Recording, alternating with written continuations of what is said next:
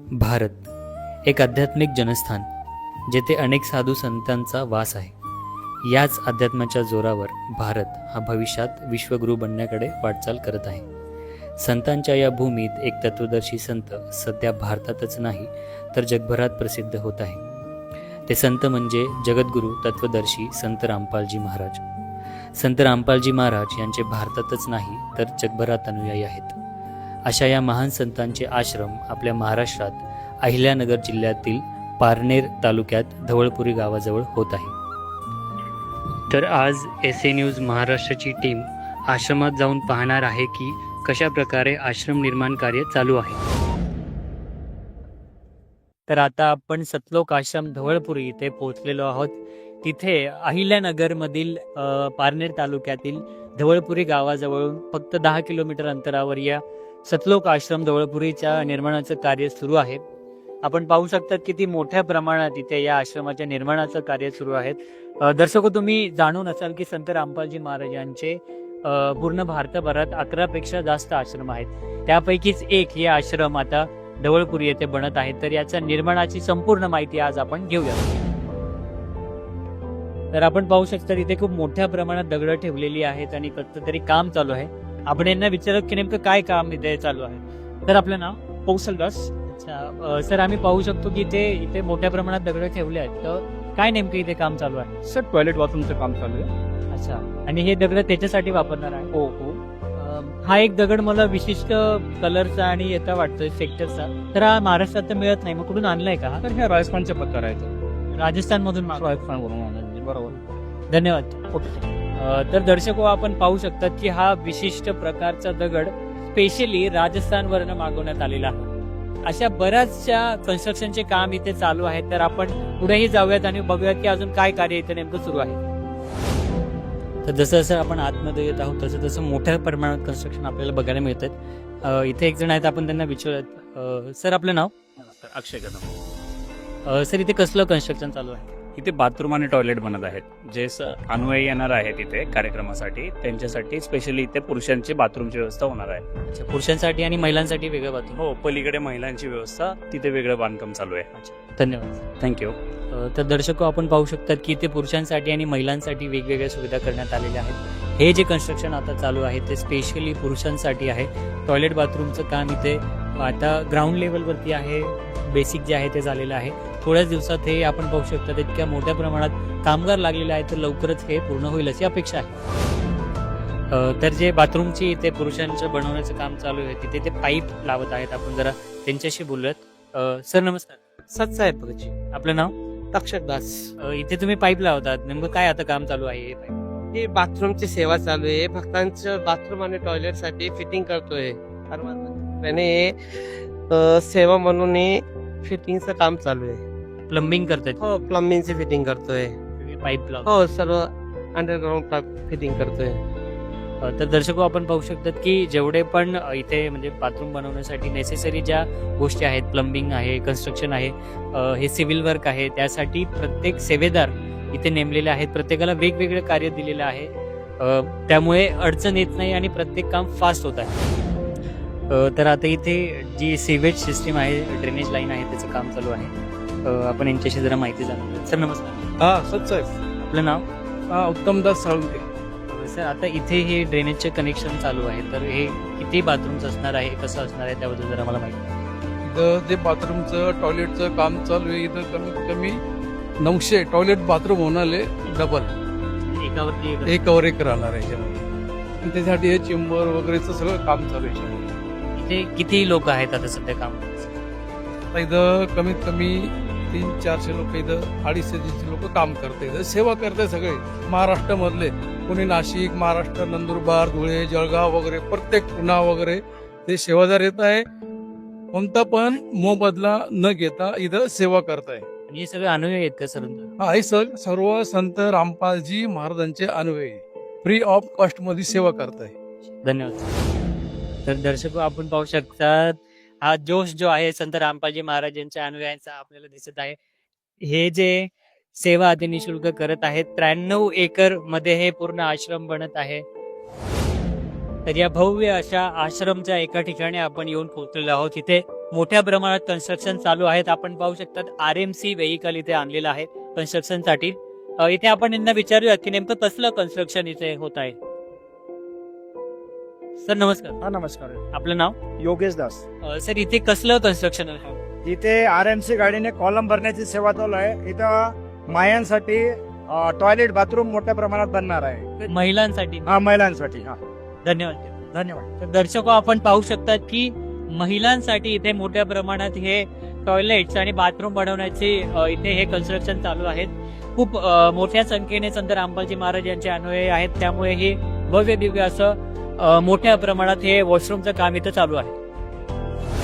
तर दर्शको आपण पाहू शकतात की इथे मोठ्या प्रमाणात गाड्याही आहेत जे सतत ये जा करतायत. तर आपण त्यांना विचारूयात की नेमकं ते कुठे जात आहेत.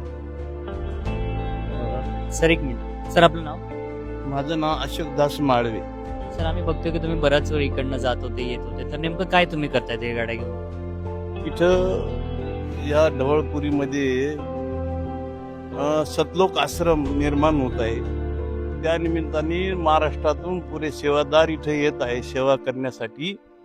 त्यांना इथं बसची सोय नसल्यामुळं आम्ही त्यांना इथून त्यांना स्टेशनहून इथपर्यंत घेऊन येतोय आणि परत स्टेशनला जायच्या दिवशी त्यांना घरी जायच्या दिवशी त्यांना आम्ही स्टेशनवर परत सोडतोय. ही सेवा आम्ही करत आहे. सर याचे तुम्ही काही पैसे वगैरे घेतात का? नाही, हे निःशुल्क आहे. इथे आश्रमाच्याच गाड्या जातात आणि आम्ही फक्त सेवादार आहे इथले. म्हणजे ही तुम्ही सेवा करतात ते? सेवा करतो आम्ही. धन्यवाद. सत्साहेब. तर आपण पाहू शकता दर्शक की फ्री मध्ये ही जी सुविधा आहे ती जे काही संत रामपालजी महाराज यांचे अनुयायी आहेत जे इथे सेवेसाठी येतात त्यांच्यासाठी ही सुविधा आहे. स्टेशन पासून त्यांना आश्रमपर्यंत सोडलं जातं आणि त्यांना घरी जायचं असेल तर परत त्यांना इथून स्टेशन पर्यंत सोडलं जातं, तेही मोफत. हे एक परमनंट कन्स्ट्रक्शन या आश्रमच्या जागेवरती करण्यात आलेलं आहे. या काही सुविधा भक्तांना ते देत आहेत. तर आपण आतमध्ये जाऊन बघूयात की नेमकं काय सुविधा ते इथे देत आहेत. तर आपण आता आतमध्ये आलेलो आहोत. आपण पाहू शकतात की खूप मोठा मोकळा स्पेस इथे आहे.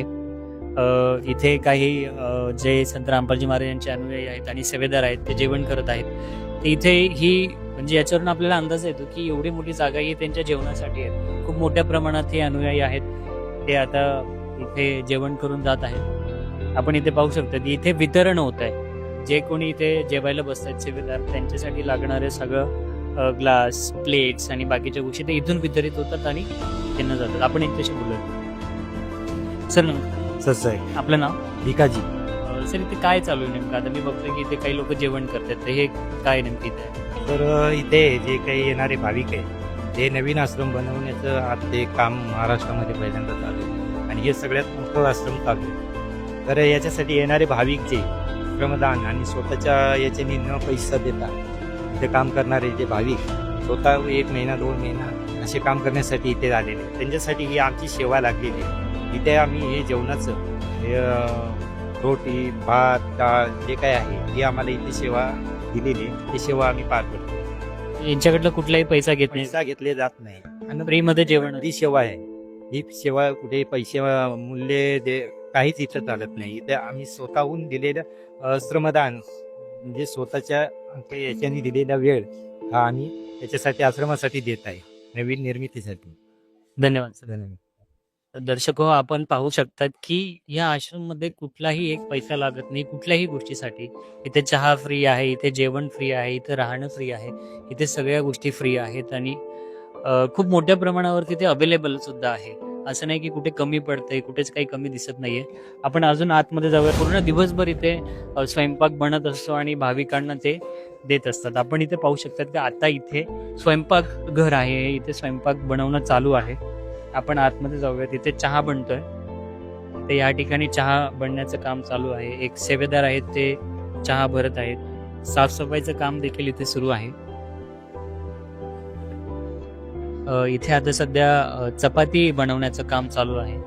आपण पाहू शकता की संत रामपालजी महाराज यांचे जे अनुयायी आहेत ते निःशुल्क सेवा करत आहेत आणि फक्त आपलं श्रमदानच्या साहाय्याने ते एवढं सगळं कार्य करत आहेत. तर दर्शको, इथे प्रत्येक गोष्टीची सुविधा आहे. इथे भांडे धुतले जातात आणि स्वच्छ म्हणजे आपण पाहू शकतात की 3-4 टब इथे आहेत. तर 3-4 टबांमध्ये पाणी भरून ते एक म्हणजे एक सेवेदार दुसऱ्या सेवेदारकडे पास करतो, मग ते स्वच्छ होतात. घाण पाण्यातनं स्वच्छ पाण्यातनं एकदा साफ करून मग ते इथे जमा केले जातात. त्यानंतर ते जेवणासाठी वापरले जातात. म्हणजे स्वच्छतेची सुद्धा व्यवस्थित काळजी इथे घेण्यात आलेली आहे. तर जेवणाच्या ठिकाणाच्या एक्झॅक्ट बाजूला भक्तांच्या राहण्यासाठी पण व्यवस्था करण्यात आलेली आहे. आपण यांच्याशी बोलूयात. सर नमस्कार. सत साहेब. आपलं नाव? अशोक दास काळे वगैरे. सर मी ते पाहू शकतो की खूप गादी वगैरे ठेवलेली आहेत. काही भक्त जे आहेत ते झोपलेले आहेत. तर हे नेमकं काय, इथे ते आराम करायसाठी येतात? इथे आता हा महाराष्ट्रासाठी सतलोक आश्रम ढवळपुरी ही निर्माण सेवा चालू आहे. ही निर्माण सेवेकरता हा आपल्या महाराष्ट्रातून सगळे सेवेकरी भगत जे आलेले आहेत.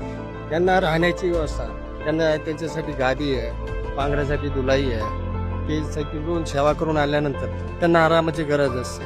व त्यासाठी इथे यांना व्यवस्था केलेली आहे. त्याच्यानंतर तिथे काम करत असताना काही लागलं, खरचटलं, रक्त निघालं तर त्याच्यासाठी बँडेड पट्ट्या वगैरे काही जे आवश्यक म्हणजे फर्स्ट एड टाईप म्हणजे मेडिकल सुद्धा इथे. मेडिकल इथे सुविधा ही पण निःशुल्क आहे आणि सगळ्यांची सेवा म्हणजे काळजी घेतली जाते इथे प्रत्येक भक्ताची. म्हणजे तुम्ही मेडिकलसाठी पण पैसे नाही चार्ज करत आणि जे गादी वगैरे देतात त्यासाठी काही चार्ज करत? नाही, हे सगळं निःशुल्क आहे इथे. सगळ्या गोष्टी निःशुल्क आहे. परमात्माची दया आहे.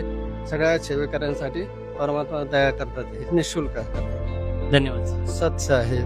तर दर्शको आपण पाहू शकतात की सगळे जे संत रामपालजी महाराजांचे अनुयायी आहेत, जे सेवा करतात इथे, त्यांनी त्यांच्या बॅगा इथे ठेवलेल्या आहेत. त्यांच्यासाठी गादी दिली जाते, त्यांना अंथरायला पंघरायला सगळ्या गोष्टी दिल्या जातात. तेही निःशुल्क. म्हणजे प्रत्येक गोष्टी इथं फ्री आहे आणि प्रत्येक सुविधा ती उपलब्ध आहे. ही जे वरती कन्स्ट्रक्शन होतं त्याची मागची बाजू आहे. आपण त्याच्या पाठीमागे पाहू शकता हे जे भला मोठा डोंगर दिसतो आहे, त्यामधला ही काहीसा पोर्शन हा आश्रमचा आहे. ही जागा आश्रमची आहे. आपण तिथे पाहू शकता शेततळ आपल्याला दिसत आहे. तर आपण खाली जाऊन बघूयात की तिथेही काही सुविधा भक्तांसाठी आहेत का. तर आता आपण आश्रमच्या बॅक साईडला आलेलो आहोत. आपण पाहू शकतात की ही सुद्धा जागा जी आहे ही आश्रमचीच आहे. इथे पाठीमागे मोठं शेततळ केलेलं आहे. या शेततळ्याबद्दल पण इथे एक सेवेदार आहे, आपण त्यांच्याशी जाणून घेऊया. तर इथे एक सेवेदार उभे आहेत, आपण त्यांच्याशी जरा बोलूयात आणि याबद्दल माहिती जाणून घेऊयात. सर नमस्कार. सत सर. आपलं नाव? संकेत दास. सर हे तळ इथे बांधलेलं आहे, जरा त्याबद्दल आम्हाला माहिती द्या. हे कसं आहे, आपण जे आता जे सेवेदार वगैरे आपल्या इथे येणार किंवा जे आपण जे विजिट वगैरे करायला असं जी जगत येणार भगत येणार ह्या सगळ्यांसाठी ना आपण पाण्याची वगैरे सुविधेसाठी ते केलेलं आहे. हे आपलं एक 2 करोड लिटरचं आपण पाण्याचं स्टोरेज इथं बनवलेलं आहे आणि सेमच असं आपल्याला वरती सुद्धा आपण एक शेततळ बनवलेलं आहे, जेणेकरून आपल्याला खर्चाला पाणी त्याने कधी कुठल्या प्रकारे कमी पडायला नको. सेमच आपण तुम्ही आपल्या मागं बघू शकताय की आपण प्यायच्या पाण्याची सुद्धा चांगली व्यवस्थेसाठी जिथं म्हणजे कोणी जगतचा म्हणजे आपले बाहेरचे जरी कोण जरी व्हिजिटर येणार असतील किंवा जर आपले जगतचे वगैरे कोणी भगत वगैरे कोणी येणार असतील ना, ह्यांची कुठल्याही प्रकारे गैरसोय व्हायला नको ह्या पद्धतीनं आपण पाण्याची सुद्धा प्रॉपर पद्धतीने सोय करत आहे.